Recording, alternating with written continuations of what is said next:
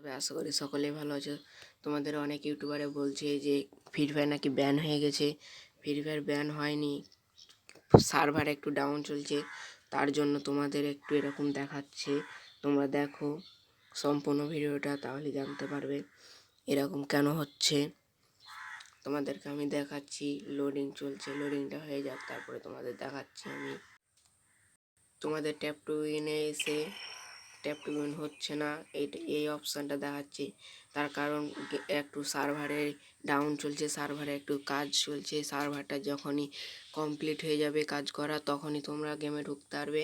এটা চিন্তার কোনো বিষয় নাই। আর চ্যানেলে নতুন হয়ে থাকলে চ্যানেলটাকে সাবস্ক্রাইব করে দিও, পাশে থাকা বেল আইকনটা ক্লিক করে একটি লাইক দিয়ে যেও। আশা করি সকলেই ভালো থাকবে আগামীতে।